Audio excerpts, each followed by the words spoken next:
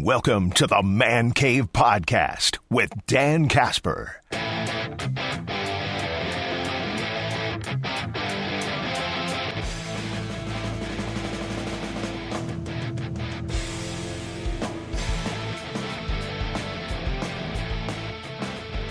Talking a little Brewers as after an off day yesterday, Brewers will be beginning a 3-game series at home in Milwaukee, taking on the Padres. And we've got Chad Patrick on the mound tonight for the Brewers, who I think it's fair to say he has been easily the most consistent Brewers starter throughout this whole season. And I think one of those, if we were to say who's been one of your pleasant surprises for the Brewers this year, I think it's fair to say that Chad Patrick would be on that list.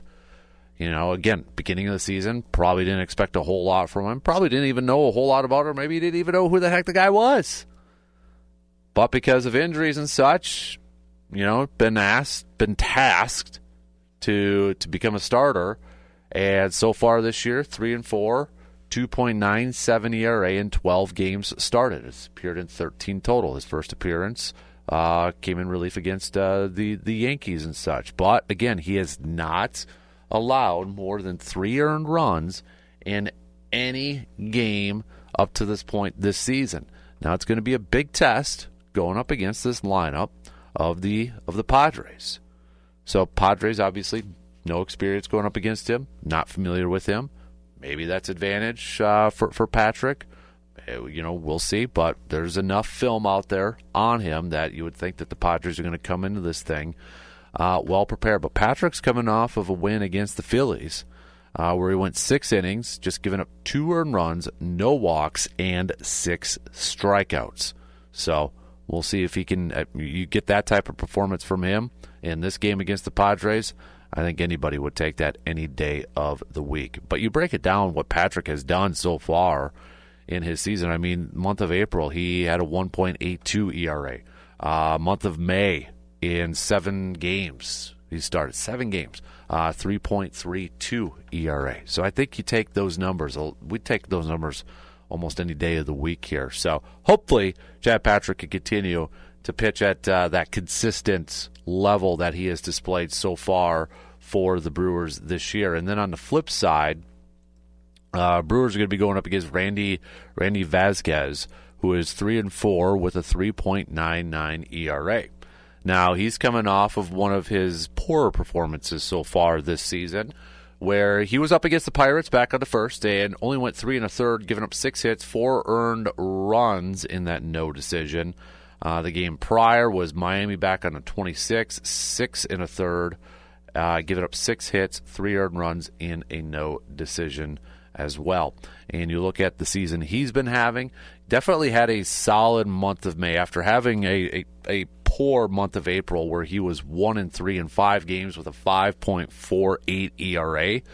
Vasquez bounced back in the month of May to go 2-1 in 5 games with a 2.89 ERA. So Padres hoping, obviously, for him to have a bounce-back game tonight going up against the Brewers. And you've got some guys here with a game's worth of experience. You know, Chirio's got 2 at-bats. Contreras is 3. Ortiz, Terang's got a couple. Yelich has 1. So, I mean, nothing really to not really any big scouting reports when it comes to Randy and such. But this is a guy, too, when you look at it, you know, he only pitched 3 1/3 after his latest outing against Pittsburgh, but really doesn't go that deep into games here. I mean, there's only just a couple of times where he's hit 6 innings. And one of them was his first start of the season where he went up against the Braves, and he was solid in that one. Of them actually had no decision, 6 innings, 4 hits, no earned runs. Did not reach 6 innings at all in the month of April, and a couple times here in May. So he gets that pitch count up there. So I would imagine, you know, if you're the Brewers, do you continue to be aggressive at the plate, or do you try to get that pitch count up against him?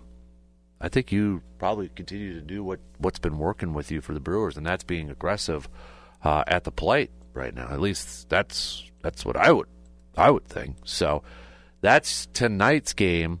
And then on Saturday, we are going to get Jose Quintana on the mound for the Brewers, making another start coming up for Saturday night's game. And when we take a look at this matchup here, you've got obviously a lot of Padres hitters with a lot of experience going up against Jose Quintana. You've got guys with double-digit ABs. Manny Machado is a lifetime 259 hitter, 799 OPS.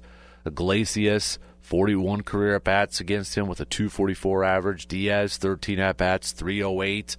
Xander Bogaerts is a 316 hitter with 19 career at-bats. So a lot of these guys very familiar with Jose Quintana. But again, Jose Quintana, you're looking for him. Made his comeback this past Sunday, going up against Philly, 5 innings. Started off the game maybe a little rusty getting that pitch count up, but ended up going 5 innings, just giving up 4 hits, a couple earned runs in the no decision for him. And there's no question, you look at especially the month of April that he had for the Brewers. He was hot, probably the best starter for the Brewers. 4-1 so far this season with that 2.77 ERA. Then on the flip side, Brewers going to be going up against Kolex. He's pitched in 6 games so far this season for the Padres, 3-1 in those games, and he's coming off of his latest start back on the 2nd against the Giants, where he went 5 2/3, 3 hits, no earned runs. But he just got his season started off in May, so 3-1 in the month of May with a 4.11 ERA, lowered that ERA because of his latest performance going up against the Giants. And again, a little bit of experience. You're talking about a bat or two of experience for a lot of these Brewers hitters going up against him. So not a ton, but you got a little bit. There's a little bit there. And then on the series finale on Sunday, an early one, looking at a 12:05 first pitch so the Padres can get out of town. Aaron Civale slated to get the starts for the Brewers. And, Aaron Civale, for me, maybe it's just me, but for Aaron Civale, I'm looking at his starts now going forward. Obviously, I want good starts with him because, you're putting your team in a position to hopefully win some ball games. And he's coming off of a win against the Reds, where he went. And again, that was kind of a start to him. It started off a little slow, but he got credited with the win. Went 5 1/3. Did give up 7 hits in that game, but only 2 earned runs.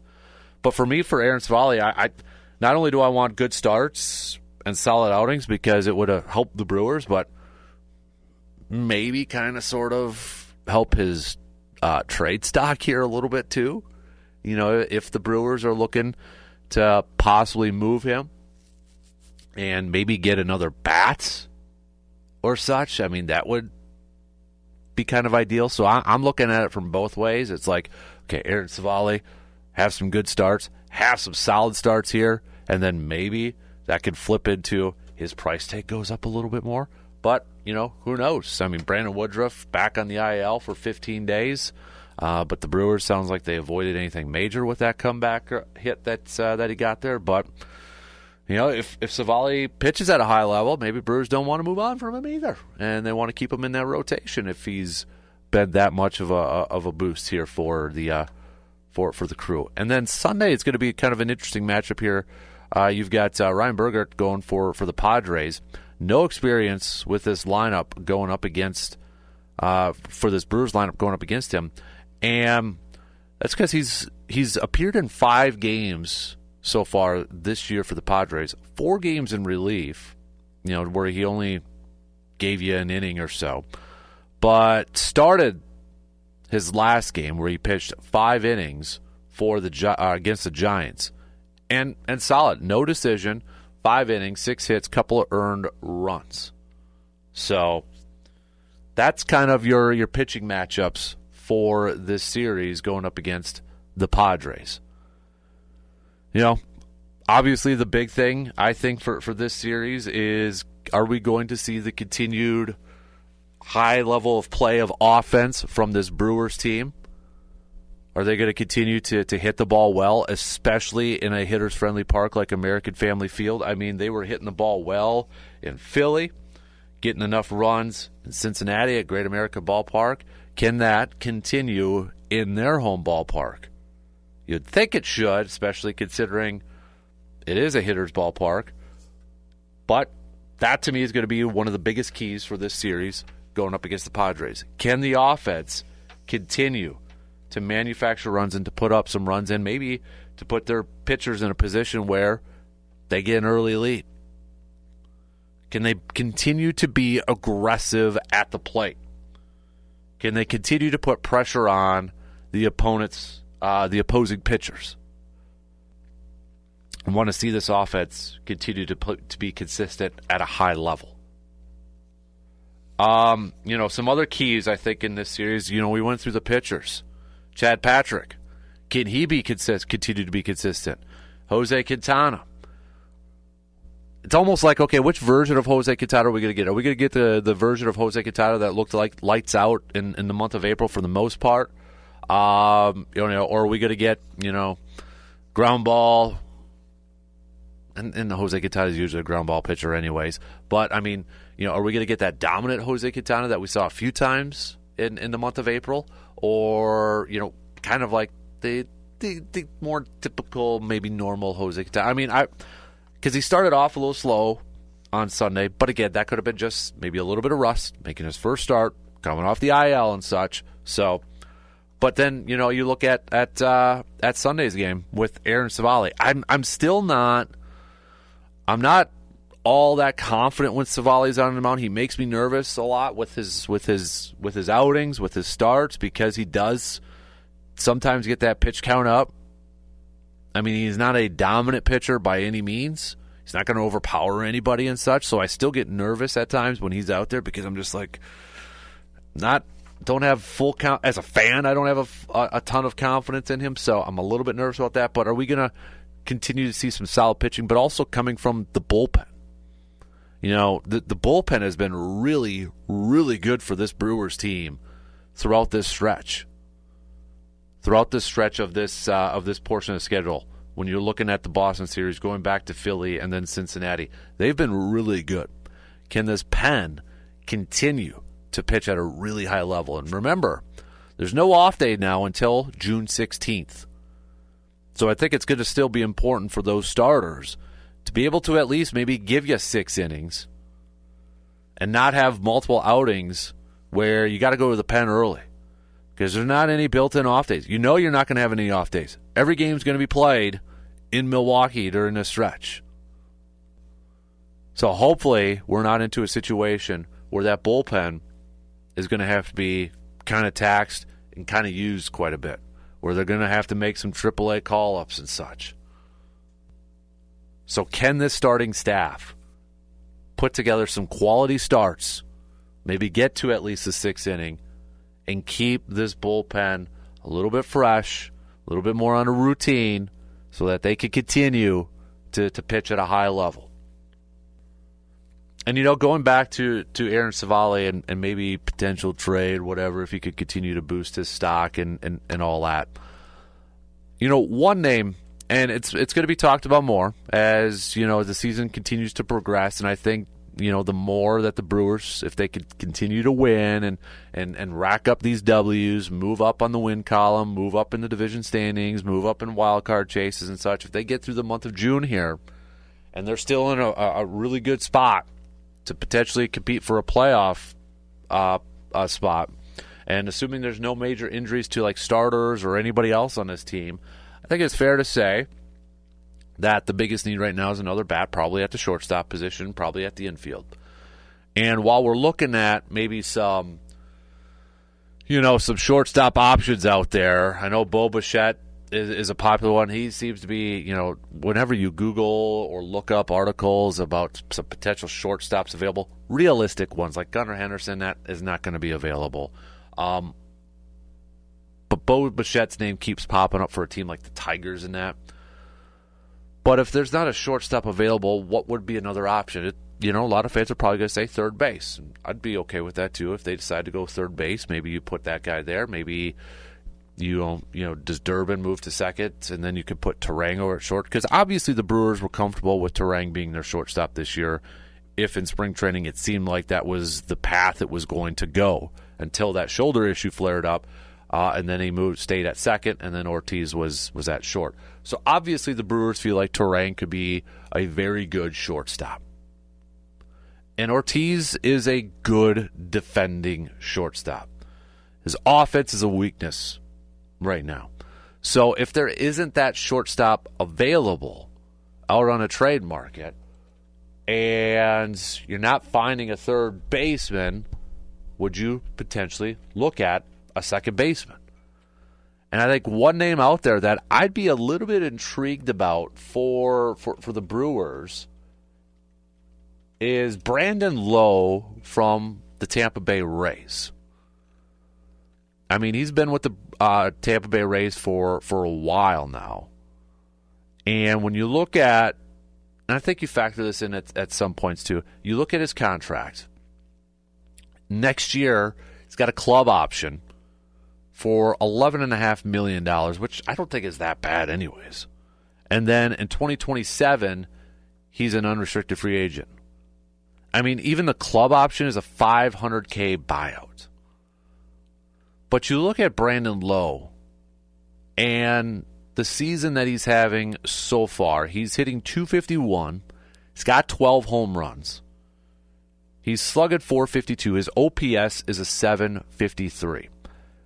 And you just kind of look at his numbers throughout his career, and he's been fairly consistent with a lot of this. I mean, last year in 2024, he finished with a .244 average, an OPS of a .783, 21 home runs. 2023, 21 home runs, .771 OPS, .231 average. Earlier on in his career, got some MVP votes and such, was an all-star in 2019. But, if there's that shortstop's not available out there, and maybe the price tag's a little high on a third base, could Brandon Lowe as a second baseman be a potential option for the Brewers? I'd look at it. You got another lefty bat in there. You get a little bit of offensive production, a little power there. You slide Bryce Terang over to shorts. And then, maybe do you platoon it with Caleb Durbin and Ortiz at third or such? So while you're maybe not getting that power bat at third, you're getting a little bit more offensive production at least for a guy like Brandon Lowe. I would look at that as a potential option if you can't find that third baseman or shortstop on the trade market. But maybe just a name to kind of throw out there. And he's going to be a veteran. I mean, he's 30 years old this year, so he's not, some young 20-some-year-old. I was looking up some shortstops. I mean, the kid from the Angels and the A's and such. But, they're really early in their careers, and I can't see those teams ready to move on from those youngsters at this point in time. Might want to try to build around those guys. So